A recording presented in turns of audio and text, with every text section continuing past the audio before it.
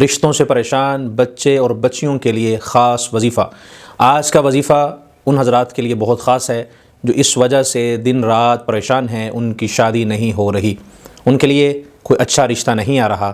تو آج اگر یہ آپ ایک وظیفہ کر لیتے ہیں، انشاءاللہ آپ کی یہ پریشانی ختم ہو جائے گی، آپ کی پرابلم سولو ہوگی اور آپ اپنے مقصد میں جلد کامیاب ہوں گے۔ اچھی جگہ آپ کے رشتے کا انتخاب ہو جائے گا، نیک ہم سفر اور اچھا پارٹنر آپ کو حاصل ہوگا۔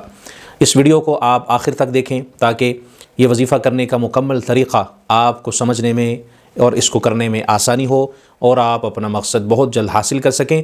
کمنٹ میں ایک بار اللہ کا نام لکھیں، اللہ کی مدد اور نصرت ہمارے اس عمل میں شامل ہو جائے اور ہمارا کام آسان ہو جائے۔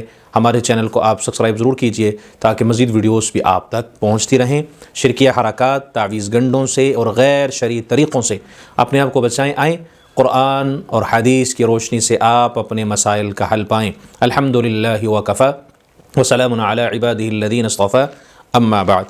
یہ چند باتیں جو آپ حضرات کے لیے بہت خاص ہیں، یہ میں آپ کے ساتھ پہلے شیئر کرتا چلوں تاکہ مکمل آپ کو بات سمجھنے میں اور اس عمل کو کرنے میں آسانی ہو۔ تمہیدی باتیں جو اس وقت ہماری ضروریات بھی ہیں اور ہمارے مسائل بھی ہیں، اور یہ باتیں اگر آپ سنیں گے، ان کو سمجھیں گے، ان کو فالو کریں گے، انشاءاللہ آپ کا ایمان اور عقیدہ مضبوط ہوگا اور آپ اللہ کی طرف اپنا رجوع، اللہ کے ساتھ آپ کنیکٹ ہو جائیں گے اور آپ کو آپ کا مقصد بہت جلد حاصل ہوگا۔ آپ کے اندر صبر، تحمل اور اسی طرح تقوی اور کامل ایمان اور مضبوط عقیدہ آپ کا اس کے ساتھ ساتھ ہوگا۔ رشتہ زندگی کا سب سے خوبصورت فیصلہ ہوتا ہے۔ یہ صرف نام کا تعلق نہیں ہوتا، یہ دلوں کے درمیان ایک مضبوط وعدہ ہوتا ہے۔ نیک رشتہ انسان کی تقدیر بدل دیتا ہے، یہ سکون کا سب سے بڑا ذریعہ بنتا ہے۔ اکیلا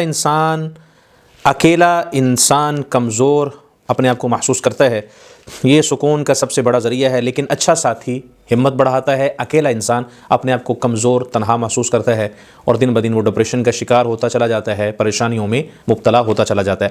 تو انہی ساری پریشانیوں سے نکالنے کے لیے، مسائل سے نکلنے کے لیے یہ آج کا وظیفہ آپ حضرات کے لیے خاص ہے۔ اس کو اگر آپ کریں گے انشاءاللہ ان ساری چیزوں سے آپ نکلتے چلے جائیں گے۔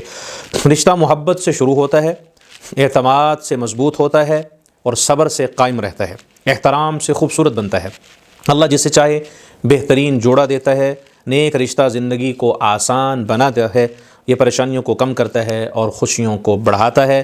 ایک اچھا شریک حیات نعمت ہوتا ہے، یہ ساتھ چلنے والا دوست ہوتا ہے، یہ مشکل میں سہارا دیتا ہے، یہ خوشی میں مسکراہٹ بڑھاتا ہے۔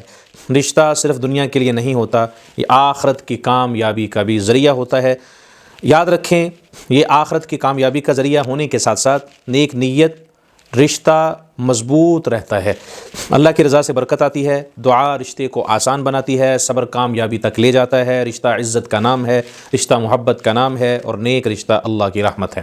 تو یہ ایسا رشتہ ہم سب کی ایک خواہش ہے کہ ہمیں ایسا رشتہ میسر ہو، ہمیں ایسا رشتہ ملے جس رشتے کے اندر یہ ساری چیزیں ہوں، سکون بھی ہو، راحت بھی ہو، رحمت بھی ہو، برکت بھی ہو، عافیت بھی ہو، تندرستی بھی ہو، سلامتی بھی ہو اور اس کے اندر ہمارے لیے خیر اور بھلائی بھی ہو۔ تو ان ساری چیزوں کو حاصل کرنے کے لیے ہمیں کون سا عمل کرنا چاہیے، کون سا وظیفہ پڑھنا چاہیے؟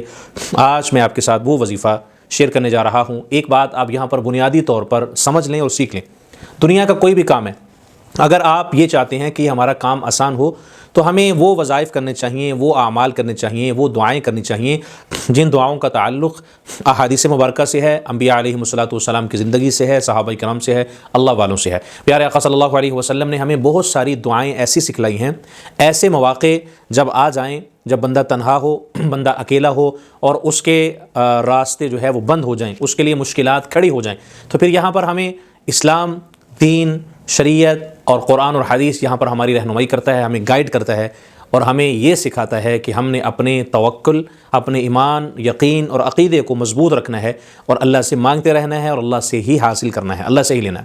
اگر آپ دیکھیں انبیاء علیہ الصلوۃ والسلام کی زندگی کو، صحابہ کرام کو پڑھ کر دیکھ لیں، اگر کسی نبی کو بھی کسی چیز کی حاجت ہوتی، ضرورت ہوتی، طلب ہوتی تو فوراً اللہ تعالیٰ کی طرف جھک جاتے، اللہ کی طرف رجوع کرتے، اور یہاں تک کہ پیارے آقا صلی اللہ علیہ وسلم ایک رات میں اتنا لمبا سجدہ کرتے ہیں کہ ساری رات سجدے میں گزر جاتی ہے۔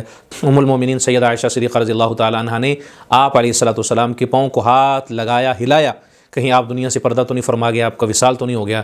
تو آپ علیہ الصلوۃ والسلام کی زبان سے نکل رہا تھا فلا اکون عبدا شکورا، عائشہ میں سویا نہیں ہوں، میں اس رب کا شکر ادا کر رہا ہوں جس اللہ نے مجھے میرے سر پر ختم نبوت کا تاج سجایا ہے۔ انبیاء علیہ الصلوۃ والسلام یہاں تک اللہ سے مانگتے، اور صحابہ کرام کو اگر آپ پڑھ کر دیکھیں، صحابہ کرام کی زندگی کا بھی یہی معمول تھا۔ اگر کسی چیز کی ضرورت ہوتی، حاجت ہوتی، طلب ہوتی، تو وہ دعائیں، وہ اعمال کرتے جو اعمال پیارے آقا صلی اللہ علیہ وسلم نے سکھائے، اور انہوں نے آپ علیہ الصلوۃ والسلام سے سیکھے ہوتے، پڑھے ہوتے اور ان کو دیکھا ہوتا، اس لیے کہ نقش قدم نبی کے ہیں جنت کے راستے، اللہ سے ملاتے ہیں یہ سنت کے راستے۔